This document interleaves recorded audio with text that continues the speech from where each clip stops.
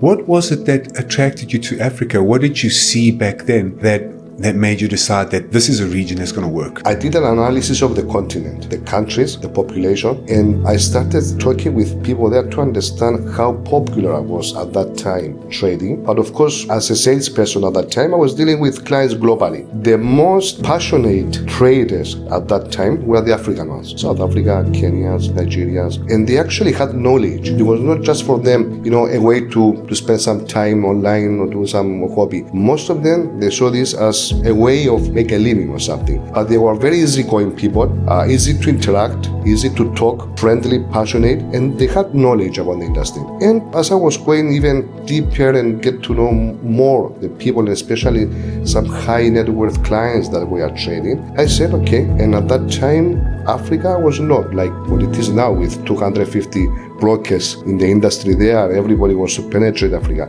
It was a few of us. So I started, progressing, growing, developing, having more clients, more partners, building the business there. And in 1 year, actually, the management came to me and said, okay, Chris, now you can take over the whole Africa, do what you have to do, open offices, hire people, get the license. Now, when it comes to trading, of course, AI and technology will help a lot and is welcomed. The thing is that if we remove the human element, then we're going to have issues, because not only the Forex CFD, but in any industry, the financial industry, because you know very well that investments, we have futures, options, stocks, always the last 100 years, let's say, there is a human element, the human touch. You cannot remove it. But if you remove the human touch from the trading and also the interaction between the brokers and the clients, then we're going to have an issue. It should be a combination of the two. Use AI, the technology, with the human touch, the human emotion, mindset, what do we say, for better results.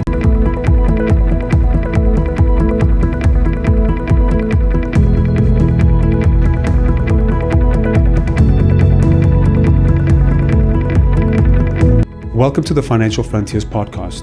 Remember to subscribe to our YouTube channel, hit that bell icon to get notified when we upload new content. Follow us on Spotify and give us a 5-star rating. It will help the channel, which I hope you love so much. All right, here we are, another episode of the Financial Frontiers podcast, and my guest today is Christoforos. Your surname, I forgot. Panagiotou. Christoforos Panagiotou, currently with FP Markets, veteran in the industry, especially in the African region, specifically for the CFD brokerage Forex industry. Very correct. From a business standpoint, direct access to traders and clients that most of the brokers in the industry serve. It's going to be an interesting conversation over here. Thank you for your time, Christoforo, for coming through. We were actually in Africa, South Africa, just a week ago. Yeah, just a week ago. And where we actually first met, and it was actually quite funny because we had already scheduled the podcast and I didn't know. So it was a big surprise for me as well when I saw you there, yes. in the venue there. Thank you for your time, Christoforo. Let's start with you. Introduce yourself, please, for those who don't know who you are. Go for as far back as you want, and let's get into a discussion over here. Thank you so much, Dinos. It is a pleasure, to meet you finally, outside of the work area. Thank you for the invite and for your time for this. So, I've been in the industry for almost 12 years now. In the last 9 years to 10 years, I am actually involved in the African market, Forex CFD industry, specializing and dealing only with the Africa region. When we say Africa region, we mean the sub-Saharan countries, mainly South Africa, Nigeria, Kenya, Tanzania, Ghana, and there is a number of other countries as well. But those are the main, let's say, major countries that we are dealing with. So I started my career, as most of the people in the industry, in the sales department, dealing with clients directly. And at a point, around 9 years ago, I saw the potential of the Africa region. And actually, when I talked to the manager at that point, when I was at that broker, I asked me, can I just deal with the Africa region only? I don't want to deal with any other countries. And he was actually laughing. He said, what are you going to do, Chris? Are you going to go there and go in the bushes, to find clients. I said, okay, just give me 1 year. And I feel now, after 10 years, that it was a great decision from my side. Because I didn't know that time, but now when I look back, I see that it was a very good decision. What was it that attracted you to Africa? What did you see back then that made you decide that this is a region that's going to work? Yeah. I did an analysis of the continent, the countries, the population, and I started talking with people there to understand how popular I was at that time trading. But of course, as I said, as a salesperson at that time, I was dealing with clients globally. The most passionate traders at that time were the African ones. South Africa, Kenyans, Nigerians, and they actually had knowledge. I mean, it was not just for them, a way to spend some time online or do some hobby. Most of them, they saw this as a way of, make a living or something. But they were very easygoing people, easy to interact, easy to talk, friendly, passionate, and they had knowledge about the industry. And as I was going even deeper and get to know more the people, especially some high net worth clients that we are trading, I said, okay. And at that time, Africa was not like what it is now with 250 brokers in the industry there. Everybody wants to penetrate Africa. It was a few of us. Mm-hmm. So I started progressing, growing, developing, having more clients, more partners, building the business there. And in 1 year, actually, the management came to me and said, okay, Chris, now you can take over the whole Africa, do what you have to do, open offices, hire people, get the license. So that's how we started. And eventually, the last 7 years, 8 years, I am acting as a regional manager, doing mainly operations, and I love it. It's a great experience, and to be honest, with most of those people there, the biggest deals I closed, it was when I got on the call with them, and then I didn't talk about business. Mm-hmm. So I have I have a lot of examples, talking with those people about their family, what they do, their free time, for their kids and everything. We didn't talk about business, and the next day I got an email saying, Chris, okay, send me the proposal, the contract, I can sign it, let's start. Yeah. So those people, they are more into the human touch, the human element. And this is also why currently, this is something we're going to talk later, why I give a lot of emphasis on the human element, not only technology, AI or these kind of things. Yes, and also, I am, Africa, South Africa it's home to me, right? Cyprus is also my home, but I was born and raised there. And very different cultures, very different mindsets. And not to say that, one is better than the other, but that is a big one. Yes, it's business, but we can talk about other things, and it's all good. Yes. And the business side is going to happen, mm-hmm. But let's talk about personal stuff, and it's okay. And we're friends. Yeah, it's different there. And again, not to say that it's over here. It's also good. It's a different kind of vibe over here in Cyprus, and and also Cyprus has become multicultural. Yeah. We've got a little bit of everything. And that's an interesting conversation, I think, in terms of, from a sales perspective, it kind of links up to what the concept of inbound, marketing is, and where you don't put out content and say, buy, sell, this is what I have. It's educational content, and it could be even a little bit out of the scope of what you actually do. And if they find interesting in what you have, they figure out what you do, it'll come through. It'll come. You touched a very, very sensitive topic, education. For me, is a core of everything, education. But when we say education, we're talking about proper education, because education, you can find it in 1,000 different forms. You can find education, you can find educational materials, you can find gurus, mentors, everywhere.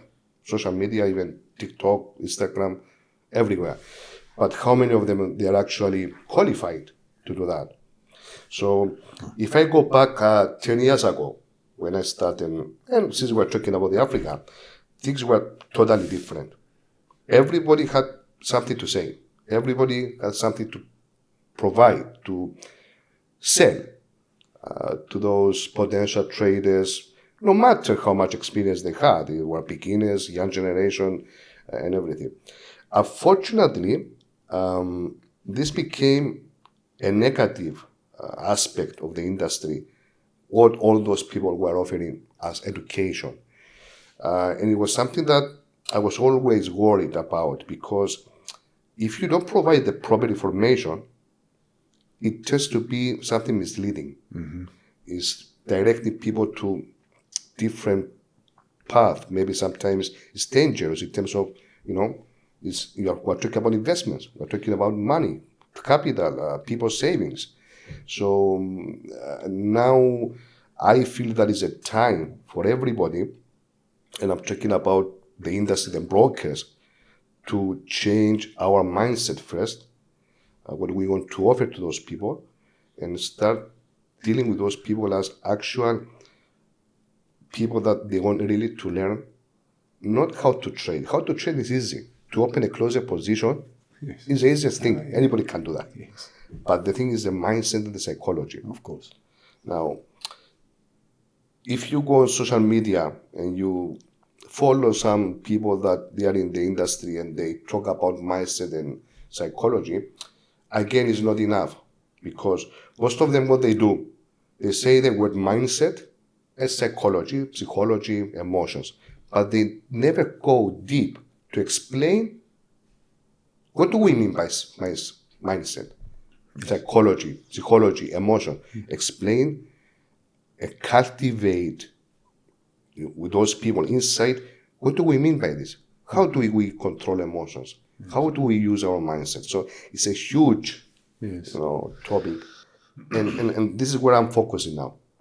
And and it's interesting you say that, because most of these TikTokers, Instagrammers, they don't really get it. All they're doing is creating BS content, and then they talk about mindset, and I've got the winner's mindset. They take a picture behind a Ferrari or a Lamborghini that's not even theirs, and they say, just you know very well the Africa market. Seems. I mean, taking photos with a luxury car is very, very common. Yes, very they popular. do that because they sell a concept, and they sell this regurgitated and misconceived, like an incorrect perception of what mindset is. And I understand what you're saying about mindset. Mindset and controlling your emotions in trading comes as follows. You've got to work, and you can agree with me if you want, or maybe you are explaining something else, but I believe this is what it is. When it comes to mindset and emotion around trading, you have a specific strategy on how you trade the markets. That strategy has got built in. When do you take a profit? When do you take a loss? And reposition yourself, align, and if necessary, repurpose and fix your strategy and ride the wave as it goes. Emotion comes in where you, oh my God, I'm losing too much money. Close. I'm going to try and get it back. You open in it's knee-jerk reaction trades, and you're just going to dig yourself in a bigger hole. Or you're in a big profit, or your trade is going up, and you go, I think I can get more. I think I can get more. That is emotion. That's wrong. It's not in line with the strategy. And maybe you want to expand on what emotion is. I mean, you touch this point 100% correct. So, revenge trading. This is what you mentioned now. You take trades, they are going loss, 1, 2, 3, 5 trades, and instead of, say, okay, I'm going to stop now, and I must go back and check.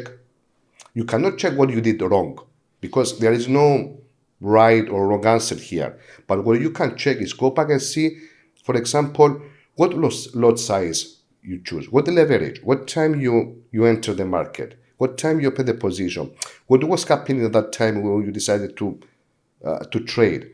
So you need to go back and see what you have done. You're not going to get an answer of if it's wrong, but you stop. The revenge trading is what you mentioned before. You continue trading, assuming or expecting that you're going to start making profits, but you ended up making more losses. So this is a revenge. So you need to control yourself. We're talking about mindset and emotion here, psychology. You need to accept and understand that both losses and gains are in the game. So you need to accept losses and control your anger, because it's about anger here. Yes. When we are angry, you know very well, that we make wrong decisions. Of course. And anger, I think, comes from lack of knowledge. I don't know what just happened. Why did I lose? And then you get frustrated and you get angry. But the loss should actually be, the trader should view it as a potential to learn. This is just in business, and this is business in general. There's ups and downs. Yeah. There's ups and downs. You need to see this activity, the trading activity, as you said, if not as a business, see this as a serious professional thing. It's not a hobby. For some people, it is a hobby.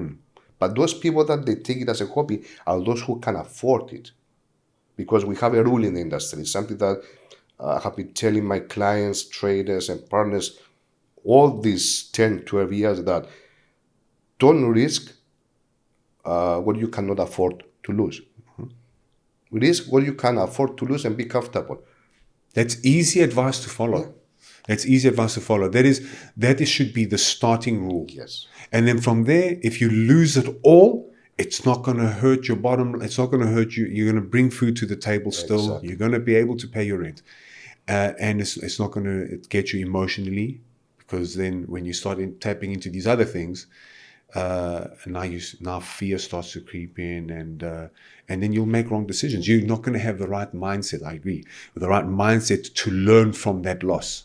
Yeah, it's sound advice. Start with that. We need to learn. Yes. We need to learn from, I wouldn't say mistakes, because in this industry, in this activity, online trading, and any other kind of online investment trading or whatever, there is no right or wrong decision, right? I mean, you cannot go back and say, okay, I opened a wrong trade, because at that time you don't know how the market would behave, right? If we knew, everybody would be successful traders. So this is the beauty of this activity. So yes, you need to control those feelings, and also you need to try to understand the why behind of what is happening. I'll give you an example. Those gurus, mentors, or those who are providing, let's say, I wouldn't say signals or advices, because actually we're not allowed to do that. We're talking about providing knowledge or information, but not advices. They tell you, for example, that when the central bank announces whatever, increase in the interest rates or decrease in the interest rates, there will be volatility in the market and so on. But they never explain why. So you need to explain to people, for example, why the interest rates will impact the market on specific asset instruments or whatever. Why, for example, in South Africa, the ZAR, when the central bank or the regulator, the local regulator, will announce something or get a new memo or something, how this will impact and why. Don't just throw these things, interest rates, they affect the market. Or we have a war, let's say, I don't know, we see what is happening globally now. A few weeks ago with the incident with India, Pakistan, the market was going crazy. But explain why. And you remember, I'm very sure you remember what happened with the Rafale, the planes, the French. Yes. So with the technology now, with the internet and everything, within minutes, someone posted about this, and the value of the stock of the companies making the Rafale went dramatically yes down. So Can you give us an example of one of these whys? Like, why would, and I think the most common one that is the most frequent is the non-farm payroll. Yes. That is one, at least in the South African region, I know that is one that a lot of the traders are Very popular. Very popular, the NFP, non-farm payroll. Which non-farm payroll, maybe I think, let me break this up into a couple of questions. First,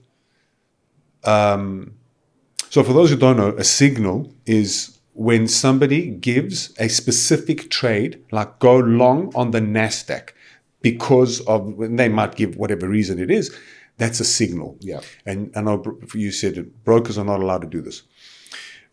That's a side note. Let's get into this non-farm payroll, okay?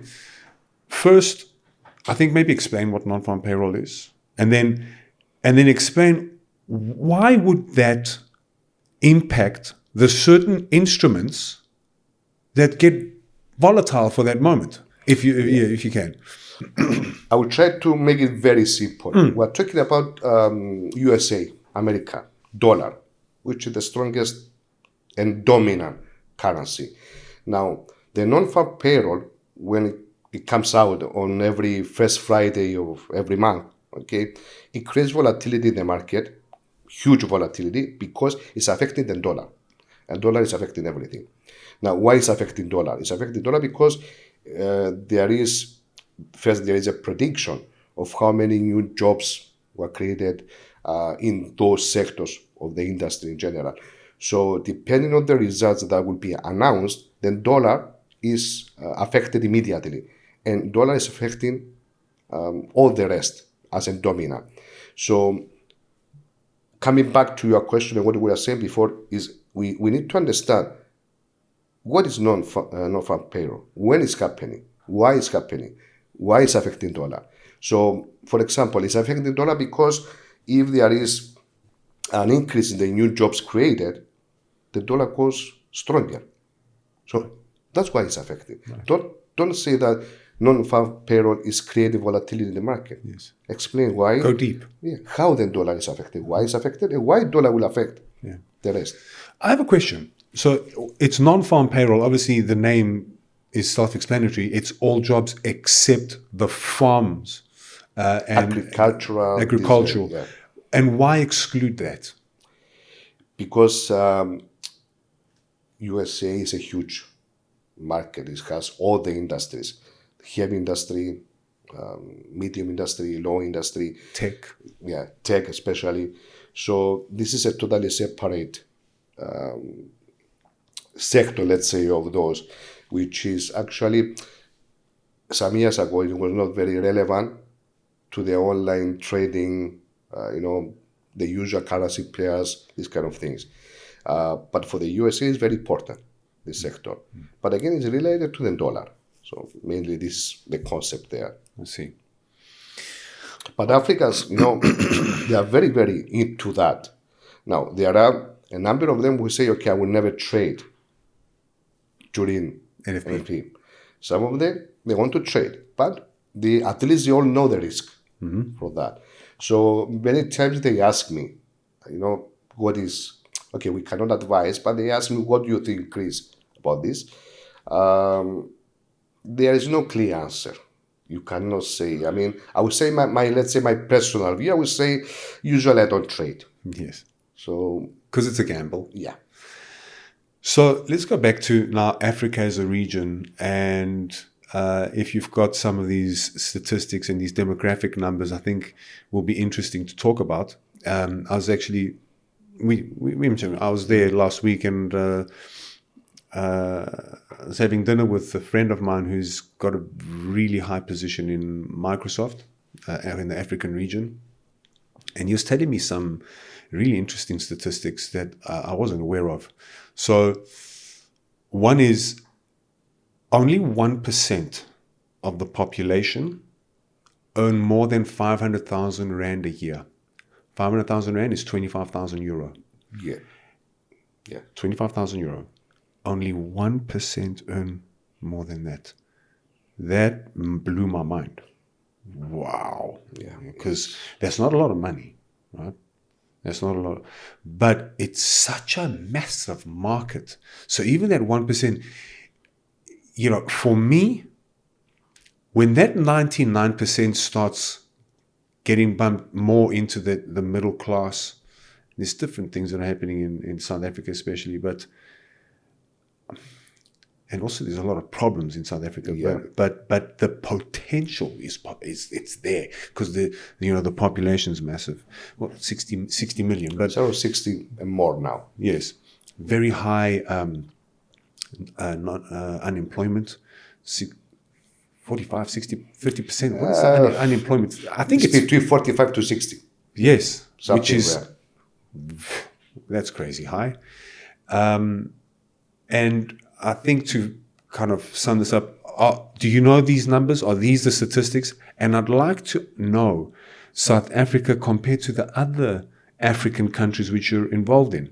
Because, you mentioned Nigeria, Congo. No. Kenya, Tanzania, Ghana, Namibia. Angola? We are not dealing because some of those countries are high risk. So we prefer not to do business in countries that are considered very high risk. Angola is considered high risk? Congo especially. Congo, yes. But Angola, okay. So let's talk about, because...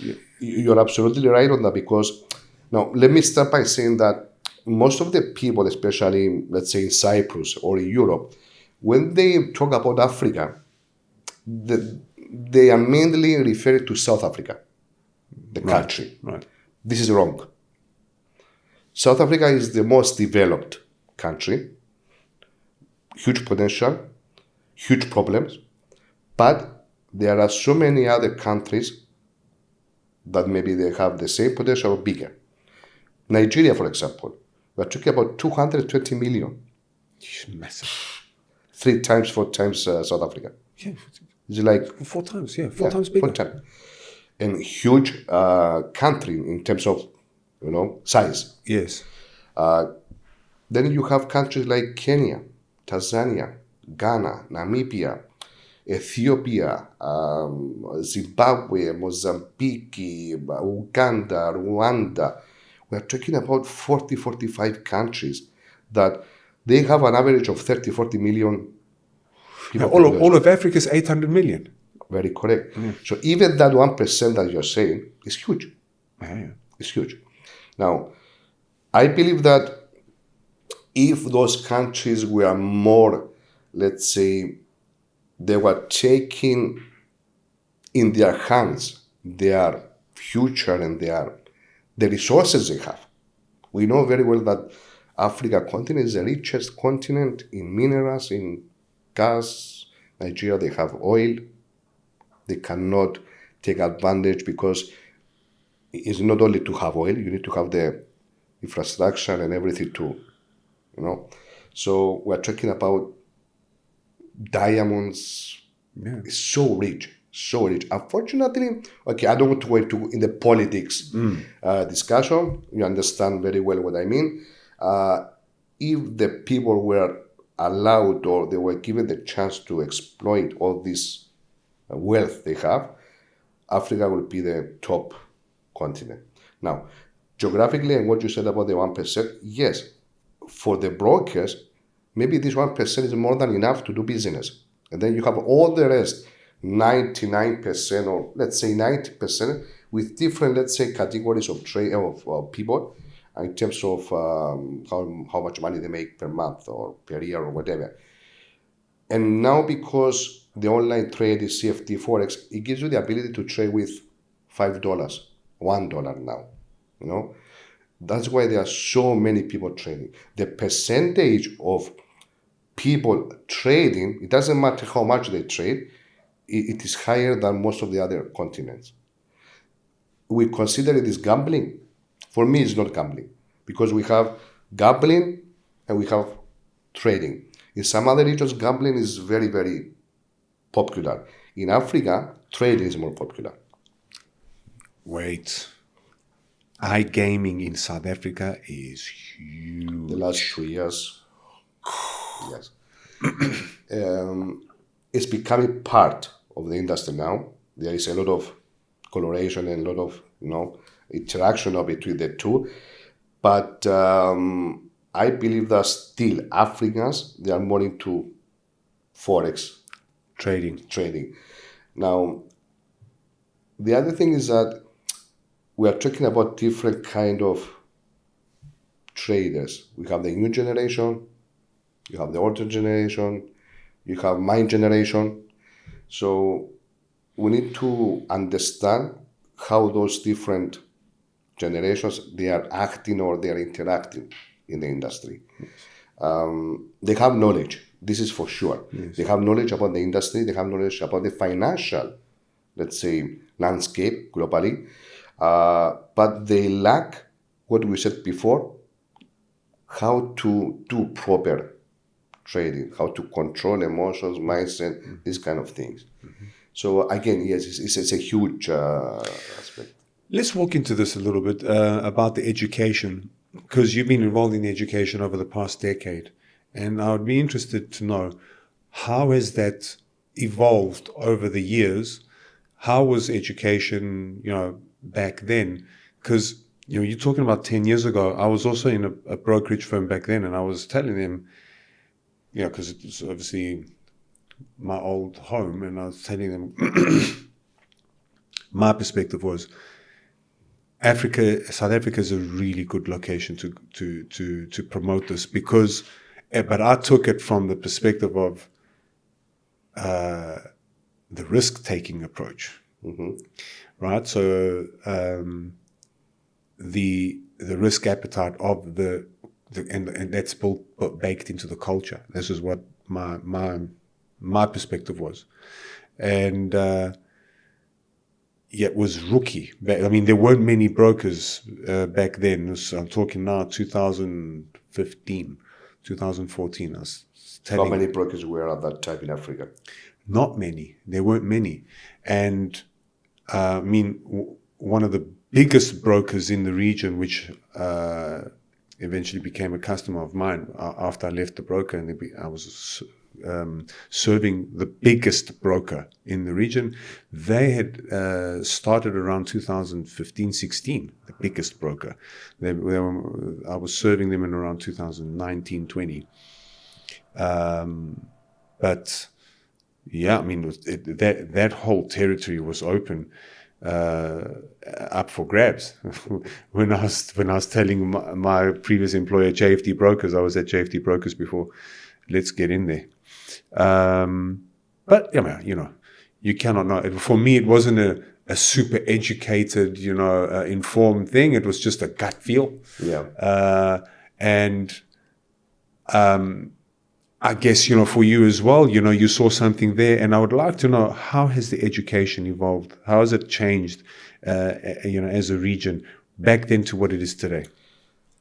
To be honest, maybe this will surprise you.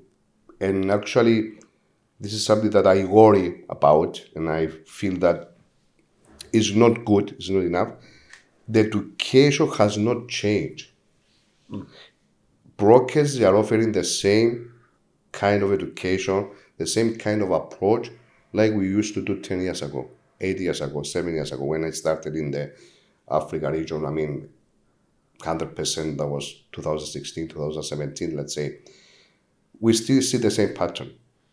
Seminars, webinars, a market expert goes there and then do technical fundamental analysis and talk about Fibonacci or any other kind of strategy. They throw this, mindset, emotions, psychology, what we said. They don't go too deep. So, but this, you can find it everywhere. Everywhere. Just go on internet. Go online. There's all over the show. Udemy, YouTube, everywhere. Everywhere. Ebooks, educational materials, videos, but nobody's actually touching the core of the trading, which is how to control yourself, because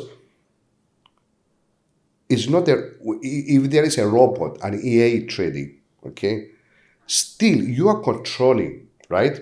The human element is there. You can unplug it if you want. Exactly. Yeah. Don't leave it to run, Then if you have to manual trading yourself, again, it's you. So I don't want you to tell me about Fibonacci. Don't tell me about technical or fundamental analysis. That fundamental, for example, is trading the news. I know that. But tell me how to read the news, how to understand what we said before. Put the why before, the action. So education has not changed. And that's why what I am focusing now and what I'm doing now, is I'm trying to change the way I approach the traders and the partners, because in this game, it's not only the traders. You know very well there is a huge part which are the partners, the so-called IBs or whatever. The introducing brokers. Introducing brokers in different regions that they can actually operate. So for me, the first thing you need to do is to educate those people first and then the traders. Because the main problem here about misleading information is not what the broker is providing or what we have on our website or what we say as employees of a broker. The main problem is the intermediate people, influencers, partners, IPs, academies. So those, they are the ones who are providing, not intentionally, they are providing wrong information. So what I started doing now, the first thing I want to do that I'm doing now is to educate at least the partners that are dealing with FP markets, for example, or the influencers that we have some agreements or whatever, how to do that in the right way. For example, I will not accept a partner that is partnering with me to go and take a selfie with a Ferrari and post it on social media and talk about trading. No way. For me, this is a red line, a red flag. Or showcasing luxury lifestyle. You're passing the wrong message. Misleading information. During the Cape Town Expo that we met there, I was on a panel discussion with one of my colleagues regarding education again and misleading information, these kind of things. People were very, very interested to learn, to hear about this. So we need to get rid of the misleading information. So it's like selling any product. Now, you want to sell shoes or a car. The salesman, the salesperson, he or she needs to know the product, right? How are you going to sell the product if you don't know it? If the potential buyer asks you a question and you don't know, of course, you lost it. Yes. It's the same with us. We are not selling a product. We are selling a service, right? But it's the same thing. So if you are a representative, which is an influencer, a partner, or whatever, or an IP, doesn't know what you represent as a broker, your ethics, your policy, your conditions, it's going to provide wrong information. Agreed. So it's a huge thing. And now what I am focusing is to establish, I want to shift from the traditional office concept where we have the license and we have offices. I am transmitting this and I am shifting to a new model, a new strategy, educational centers. Providing constant education with people that they would be, let's say, on board with us. They will have the okay from our compliance and everything. The materials, the topics will be reviewed from our compliance department and approved. And then we go and train people on all those aspects we said. Okay. Let's talk about FP markets. I know FP markets is Australian-based. Australian work, yeah. We've worked with FP markets before as a DGM. And I don't know if FP markets has always been focused on the African region. Obviously, now they are with you onboarded. I know you've recently joined. So let's talk about FP markets a bit. Okay. Thank you for the opportunity for that as well.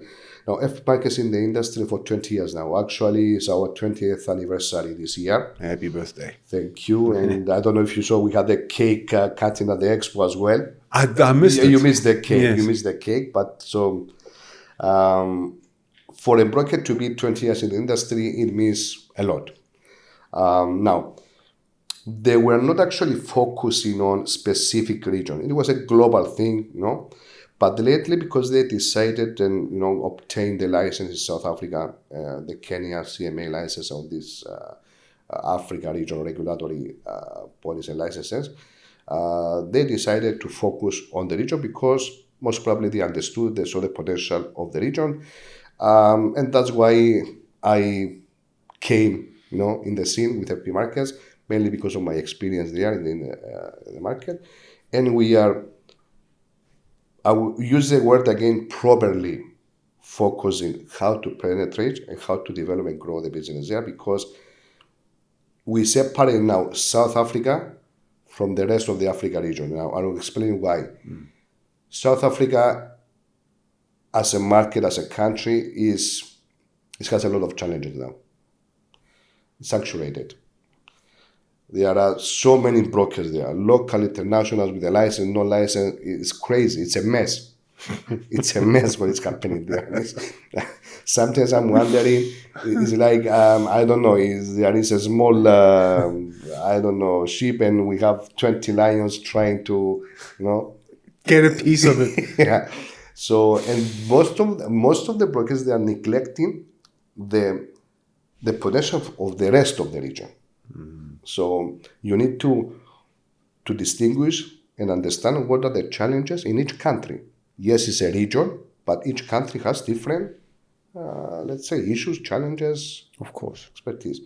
So there is so much competition in South Africa, crazy competition, and again, I can say unhealthy competition. Everybody, there's too much. They're flooding the market so much that they're actually not serving the industry any good. They are not serving the clients. Yeah, That's because the industry is a client. 100%. There is an equation here. Is a broker, Of course. is a market, Yes. and the client. I've said this so many times to different,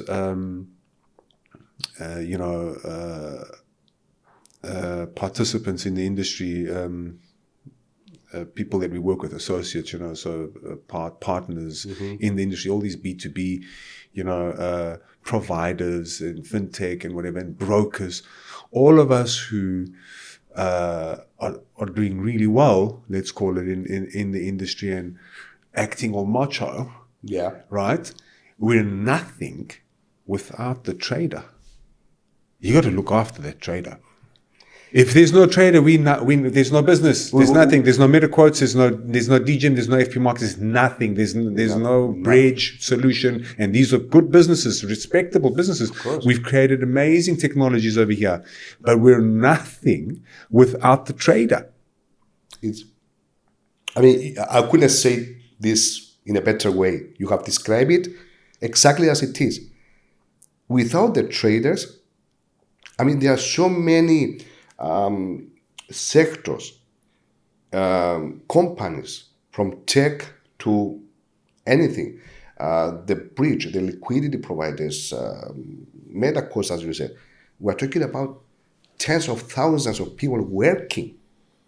Massive industry. If you don't take care of the trader, the client, it's gone. And why we reached a point after 15, 20 years of because the Forex industry is not the last 10 years, it's been there for a long time, but especially the last 10, 15 years, we see a big number of traders and people globally trying to feel not very comfortable with it. Why? Because we didn't show that we cared about the trader. And this is it's a big issue. Now, going back to South Africa, Yes. one of the major issues there is because there are so many brokers there and there is unhealthy competition. And let me explain what is unhealthy competition. Unhealthy competition is when you are offering to the partners or those people who will bring you the traders big compensations, okay? By the end of the day, that big compensation is going to roll over to the client at the expense of the client. And it's so simple, it's so obvious, it's there, and nobody cares. Now, what do we do? And this is my mindset and my concept that the brokers, FP Markets policy now is that we will keep the cost for the client low, This means lower compensation or lower benefits for anyone who wants to be involved in the partnership part or whatever. But this will be an advantage in the long term. Keep your clients, your traders satisfied. They will keep trading, redepositing, more volume, more money for everybody. Now, in the Africa region, there is the major concept with that. You have massive number of low average depositors, investors. Mm-hmm. For me, this is good. Low risk, but there is constant trading, volume generated. Because let's say you have a client with $100K, $200K dollars. I had a client with a farmer from South Africa. He deposited $1.2 million. Dollars. Farmer. It's a lot of money in South African rands, especially. The guy had one of the biggest cow farms in Cape Town, 5,000 animals. It's crazy. But he was not trading constantly or generating volume, right? And when you base your activities or your volume on 5, 10, 20 big traders, this is a risk. It's a big vulnerability because if one leaves and you're relying your revenue on exactly. a select few, if you've got, it's basic math, right? If you've got 5 really huge clients and you're one broker, you've got 5, and another broker that compares in same revenue, but that broker's got 50 customers. If one leaves here, that's 20% of the business. If one leaves there, that's 2%. Not even 2. So 1 out of 50, just a basic example. So, yes, that's the point here about the Africa region. This is what I saw also during the course of those years that I tried to understand who I should target. We are jumping from one subject to another now, but yes. It's a huge, So then I realized that, pay attention to this massive number of low depositors. And one of the things that I always try to explain and teach, let's say, what is the difference between a trader who deposited $500 or $200 with a depositor of $100K depositor? For me, there is no difference at all in terms how you treat and how you approach. Mm-hmm. Both of them, they're your clients. This is, again, one of the things that we need to change our mindset. All the clients, they are clients. My WhatsApp number, for example, everybody have my WhatsApp number. WhatsApp is huge in South Africa. I'll tell you a funny story. That was 2019. All of a sudden, I started receiving hundreds of messages and calls on WhatsApp. All of a sudden. I had an average, let's say, 20, 30 messages per day, 10, 12, 15 calls per day on WhatsApp and all of a sudden I was receiving 150 messages and I didn't know what was happening. There was this guy, he created a billboard, he put Chris, he put the name of the broker that I was at that time, WhatsApp number, free contact. And he put in the middle of one of the main streets in Johannesburg, Sandton area. And the guy, after a couple of days, I blocked my number. I didn't know what to do. And the guy sent a message to our support, tell Chris to call me. So I called him and said, Chris, are you happy? And I said, about what? I put your WhatsApp number in the middle of the street, I said, please go now and remove it.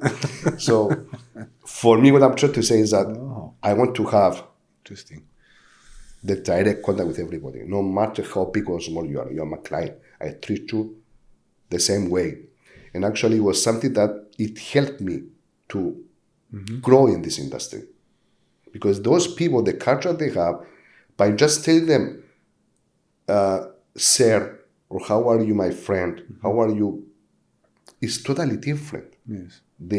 If you show them that you actually respect them and you consider them equals, I'm not talking about race or whatever. I'm talking about the level you are in knowledge or what you do in your life, what job you have, what title you have, Yes.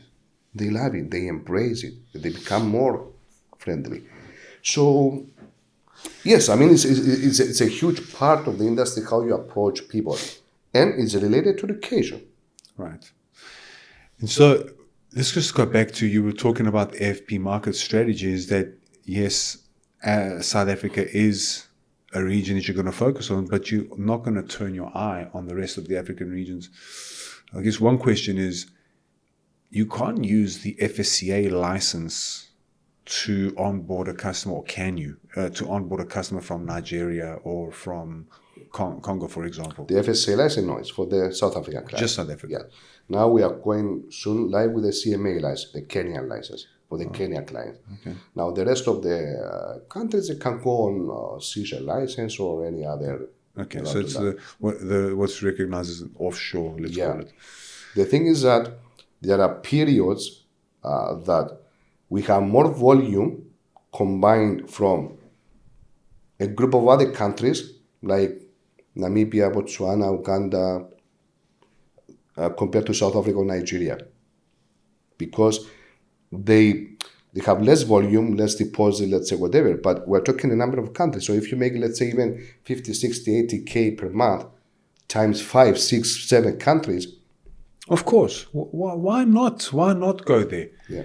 And the only problem that we had in those countries were the payment solutions. It's another big. Yeah. I'd like to talk about that. I would love to talk about that because these are the challenges that brokers have. These are the challenges that businesses have. And also, this is the challenge that a trader has. If a trader wants to trade, right, and is in Malawi, for example, and they don't have Visa, MasterCard, they're not able to do an online deposit like the rest of the world, there's localization. And a lot of it is SMS, mobile money. These vouchers that they buy from there's milk bar, or what we call in South Africa cafe, or here Ep.050. Right? So it's a little mini market where you buy a voucher or a top up, whatever. Right? Localization is super important, and every country has its own. How do you challenge that? How do you navigate that challenge? A few years ago, that we didn't have those options that we have now, it was a nightmare. I remember that I had to drop business in certain countries because we didn't have any solution. For example, back to 2017, 2018, Botswana, for example, was a country that was generating good volume because it had Skrill and Netele. All of a sudden, one day, it was banned. So, I mean, what's the point of try to do business if you cannot?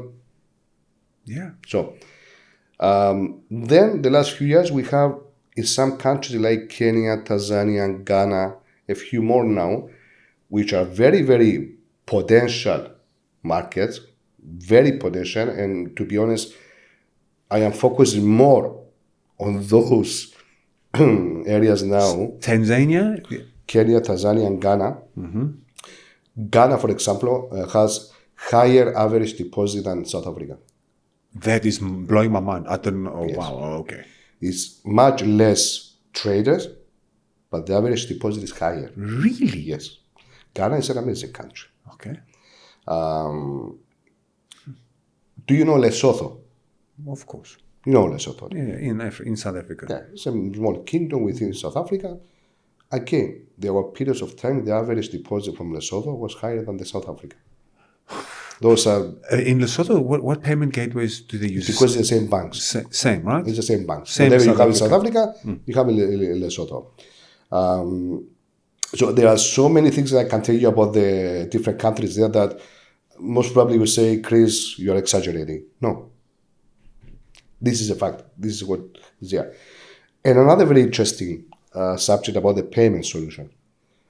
You know that in Kenya, Tanzania, and Ghana, that up until the last so many years, 90% of the people, they don't have bank accounts.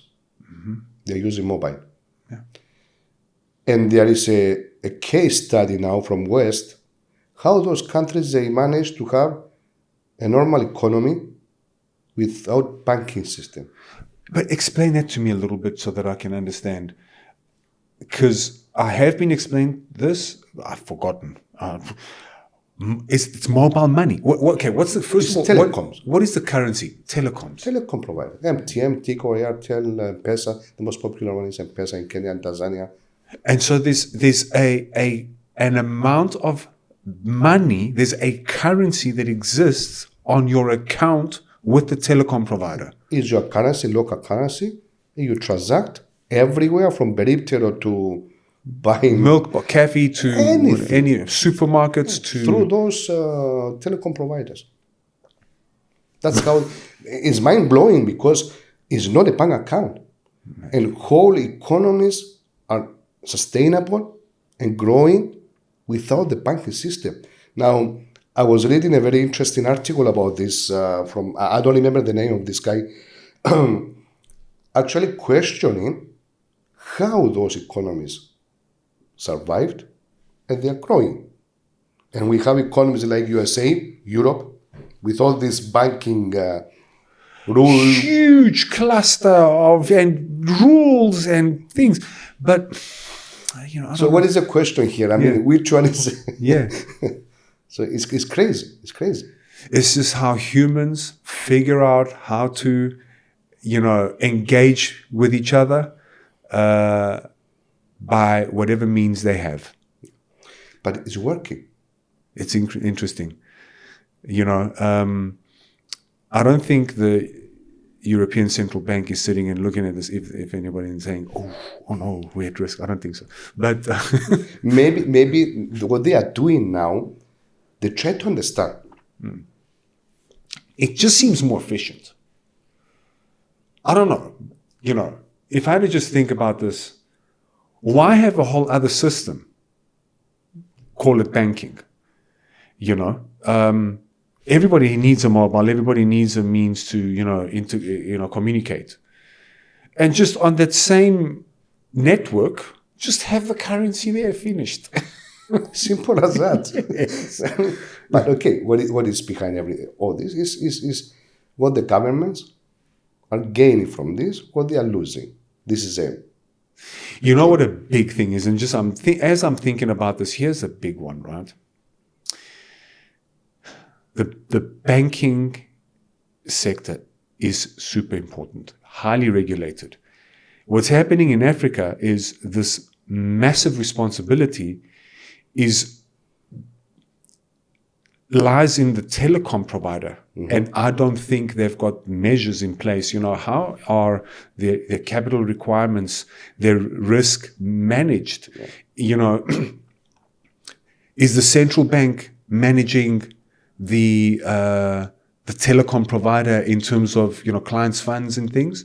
Is there any guarantee? I don't think so. Yeah.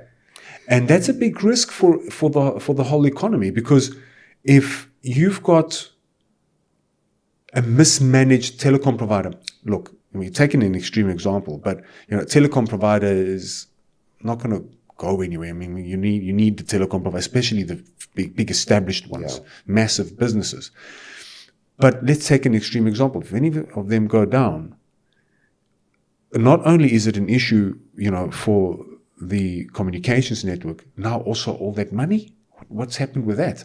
Whereas if we compare it over here, if, one big telecom provider goes down, Epic, whatever, in Cyprus or whatever, Vodafone, I'll just go and get another mobile number with another provider. It's okay. But if with that, all my money has got I've got a problem and I'm not able to, it is a bit of a vulnerability, I think, on the economy. But that's why I said before, they are trying to understand how it's working. Yes. What are the negative side? What is a positive? If there is any positive, the only positive thing is the efficiency they have locally. But all the rest, it's very, very strange how it works. The risk, as you said, I mean, of course, is not the telecoms. There are payment solution companies provided that integrate, all these things that is controls. But still, yes, it is very, very risky, and you don't know how it can be evolved. So how does the exchange happen? So let's say I go to the supermarket or I go to a broker that's online. How do I send money? How do I top up my balance, or how do I pay for my groceries with The buyer and the seller, they're using the same, let's say, they integrate on their systems. For example, like the broker, we integrate through a payment solution. Probably the gateway is integrated with our system. It's doing the transactions online. It's like going in the grocery and you put your phone, like we pay with the phone. It goes through the provider, depending which one you're using.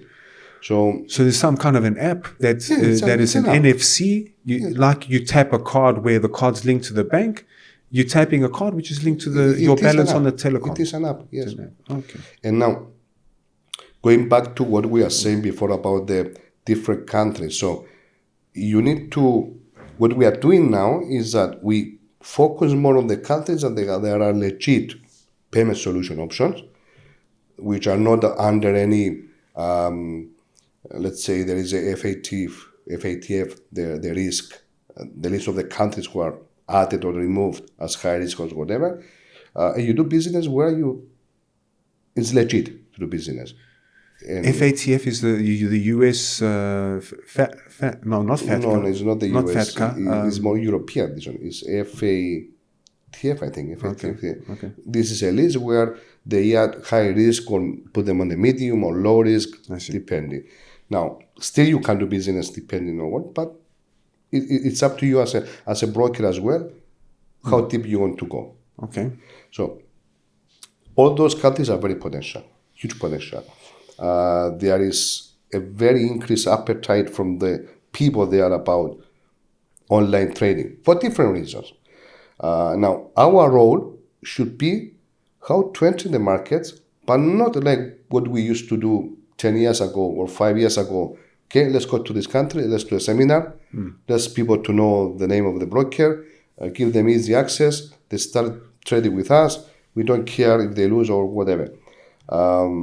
What we are trying to do now is, first, we provide the proper information, education to those who are interested, explain what is the risk. Because the most important thing that you need to explain to people before they start trading is the risk, not the potential. Right. It's ethical for me. It's ethical. I want to explain the risk so that you are aware. And of course, we are obligated. We have our disclaimers and everything. But this is not enough. A disclaimer on an email or when you go on the website or it's just a disclaimer. Who checks the disclaimer? But if I do a workshop or a seminar or I talk on the phone and I explain to you about the significance of managing your risk, or there is a risk, first of all, you gain trust. And don't forget, Dinamo, that in this region, people were scammed a lot with those pyramid schemes, huge money disappearing overnight. The last 10 years, those people, they suffered a lot. So now, when you try to penetrate a new market, there is always this, again, who are they? What is this? Yeah. So you need to go there officially, properly, with your team. Now that we traveled to South Africa for the expo, the 2 workshops we did, we traveled 3 people from here, marketing, clients relations, and myself, and we had another 5 people, local people there in our office. So in the booth in the expo and at the workshops, we had 8 people. And I was introducing every single one of them to the attendees. Why? We don't want to be famous. It's very simple. You need to show the people that you have a team, you have a presence, you are here. Imagine me going now to South Africa, to Cape Town, and organize a presenter workshop, and it's going to be only me in the room. Yeah. The 30, 40 people in the room, they will say, okay, it's only Chris. What's going on? Yeah. But if they see 7, 8 people and you introduce each one of them and you say, this is Martin, he's a head of client relations, global, our team traveling for Cyprus. This is Stavriana. She traveled from Cyprus as well. She's a marketing supervisor. Here we have Niraj, the country manager of South Africa. Yeah. Immediately you see the vibe, you see the energy, the positive energy from the people. Of course. It's very important. So, yes, I mean, those are the directions that I personally focus in is education, private education. And I'll be starting soon. We are shifting from the traditional office space to educational centers. It's called educational and support centers. What does it mean? Traders, no matter the experience they have, no matter if they are our clients or not, they have the ability to come to the place there, participate in the free training sessions based on the levels. But of course, as I said before, those sessions will be approved by compliance and everything. They will be able to meet our local team, discuss, get support, assistance on anything. Those who want to have meetings there, we will be also doing podcasting there with important people. We will be inviting the regulators. This is very important. Invite the regulator to participate and show that you are together in this. I'm not hiding anything from the regulator. The regulator is here to protect you, the consumer, and I'm inviting them right in because there's nothing to hide. Exactly. I have nothing to hide.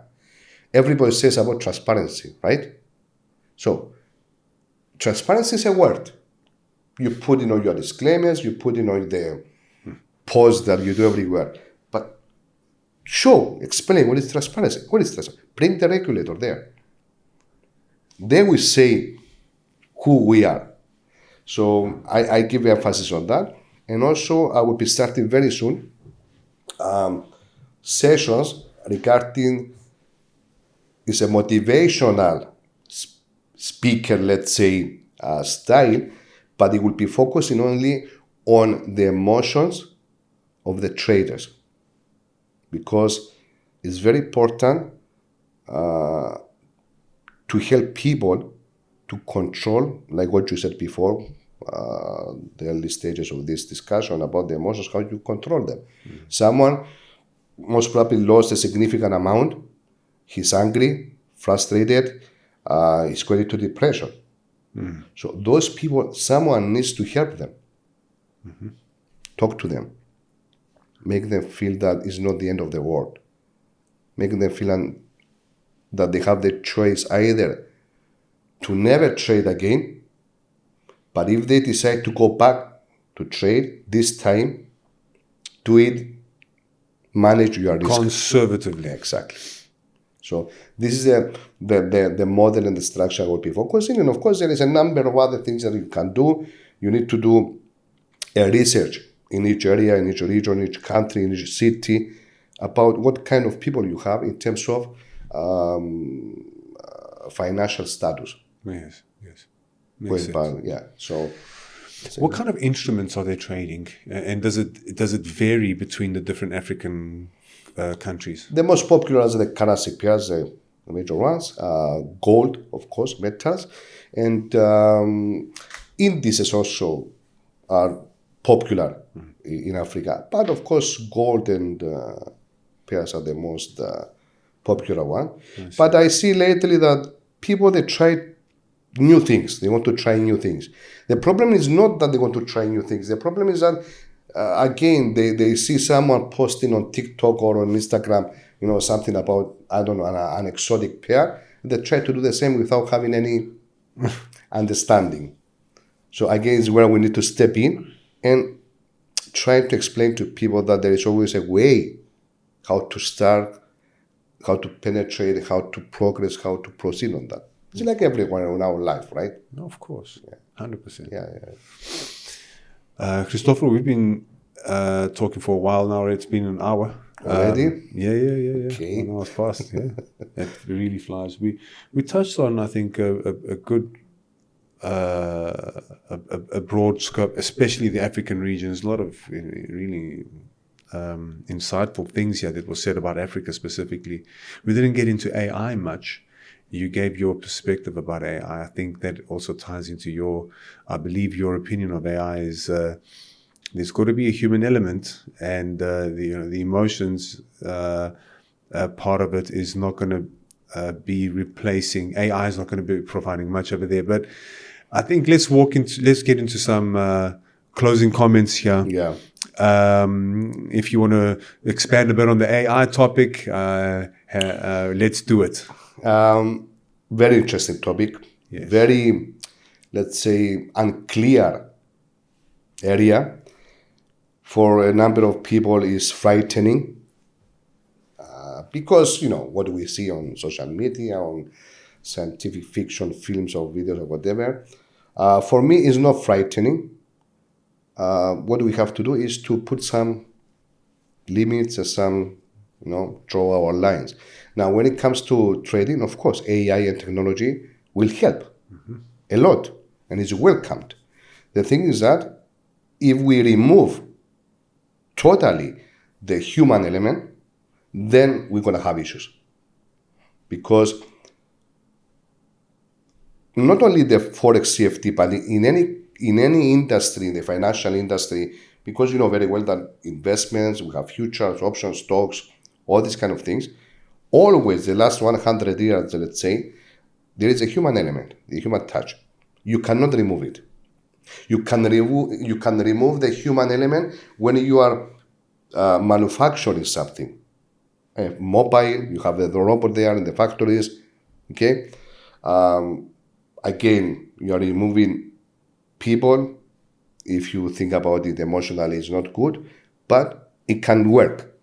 But if you remove the human touch from the trading and also the interaction between the brokers and the clients, then we're going to have an issue. It should be a combination of the two. Use AI, the technology, with the human touch, the human emotion, mindset, what we said, for better results.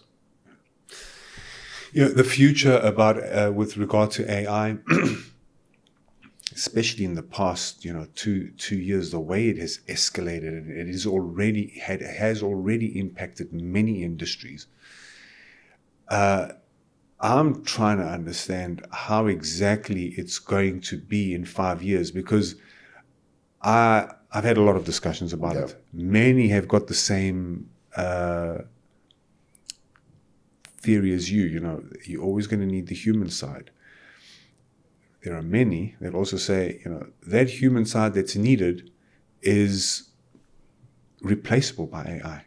If you take it and there's always a logical thought process that we all have as humans in every decision we've made, right? And so one that could be regarded as an emotional decision, there was a process that got there.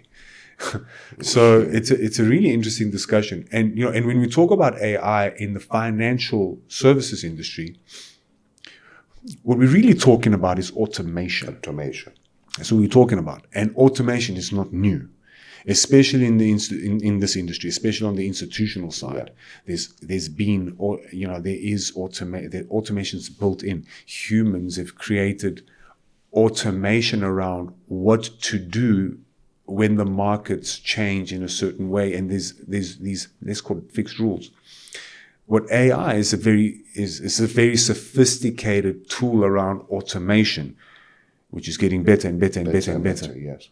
So it's going to be really interesting how this. It's already there. You said now that it's not something new. Automation and AI form has been there in the industry, not institutionally, but also retail and also for Forex CFD trading, because we have the EAs.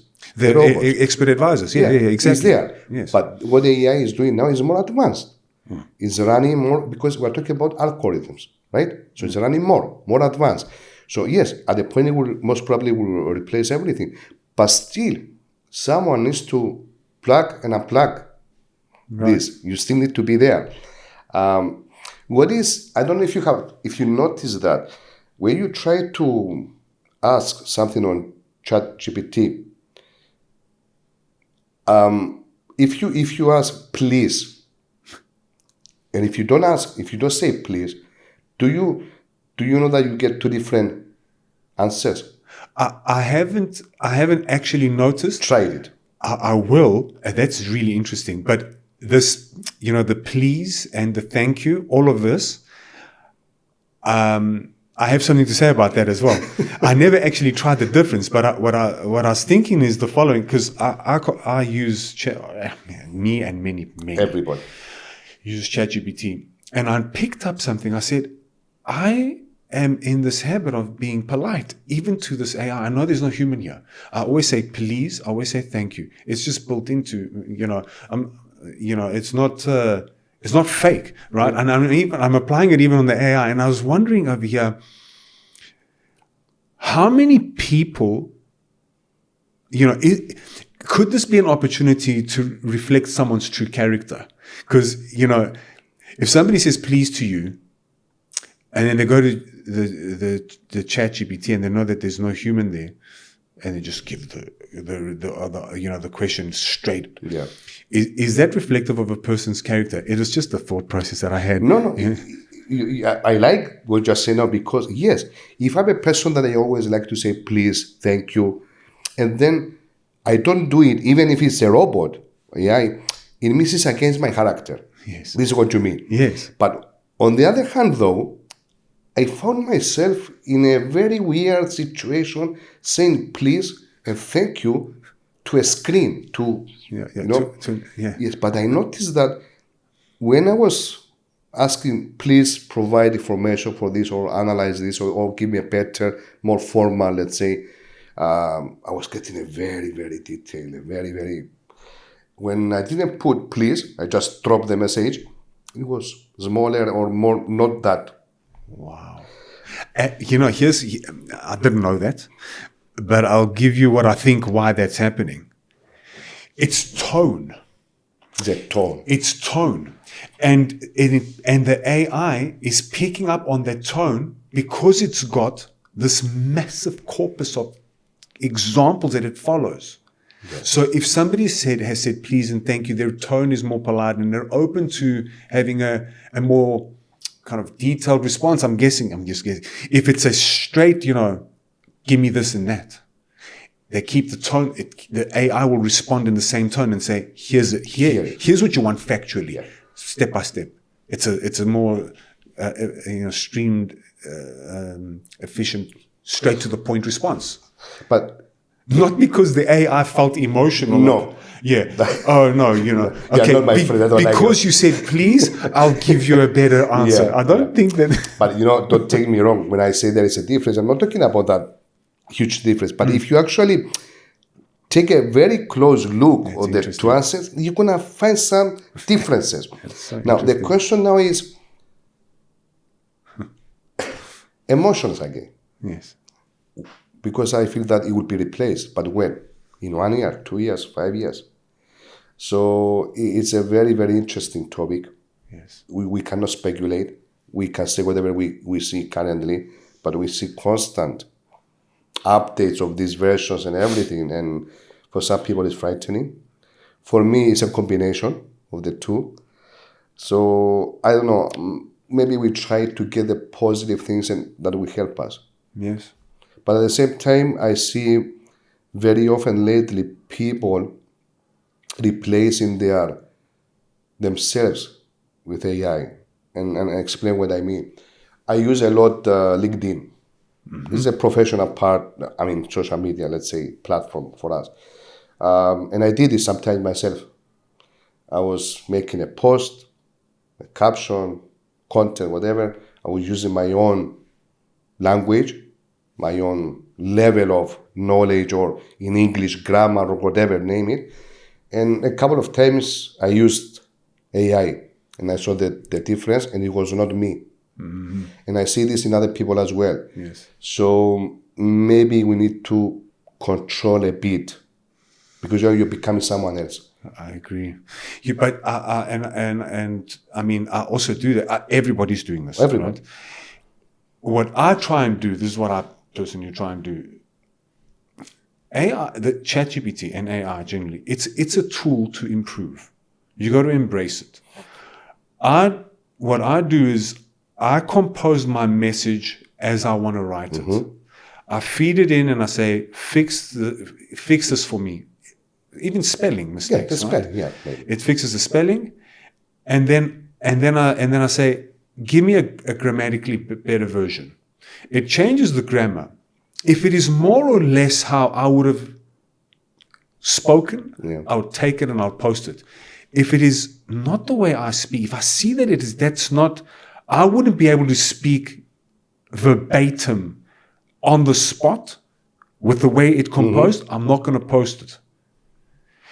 That's me. And I've tapped this into my own ability. I say, I would have loved to be able to speak like that, right? And I challenge myself and I say, I'm not going to post it because I'm not there yet. I'm being honest to myself. Very cool. I don't have anything to prove to anyone. I'm okay with who I am, right? I mean, we're talking over here, and this is the vocabulary I have now. I'm sure that there's room for improvement. I'm sure there is. Of course there is. My vocabulary can be improved much better, but I'm able to pass my message across, no problem, and I'm comfortable with it. Is there room for improvement? Sure.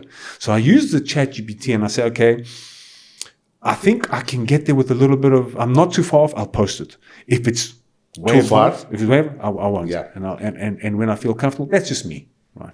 But I mean, I really like what you describe now, because imagine for someone like me who I'm not native English speaker, I'm Cypriot.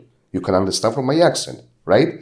My vocabulary, okay, is decent. I believe it's decent, but it's not, like someone native English, So it's gonna be even more obvious for someone like me 100%. when I talk or when I write that I'm using AI.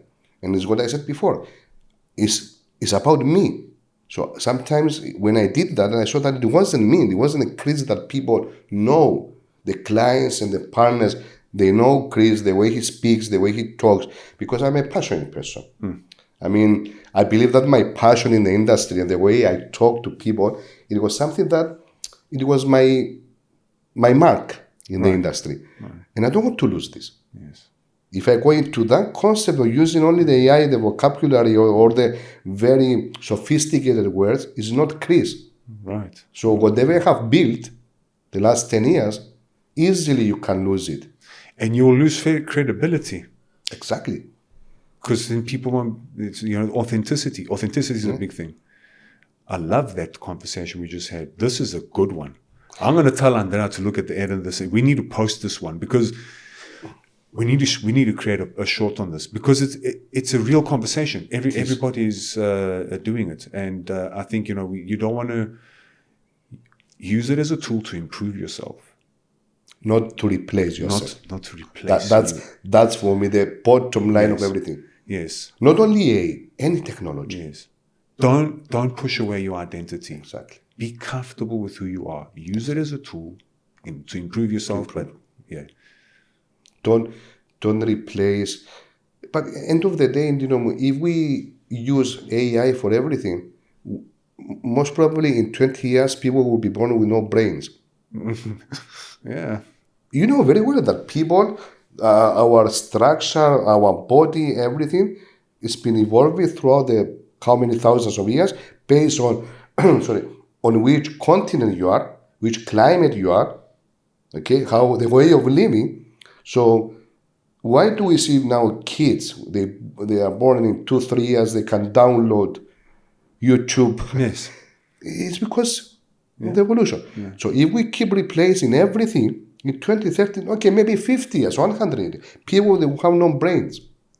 It's frightening. I think in 1,000 years, like if you had to say, if there was a technology that could revive, what was it? Sylvester Stallone movie, a really old one where he was frozen and then he brought back to life. If we could freeze ourselves now and then be brought back to life in 1,000 years, I think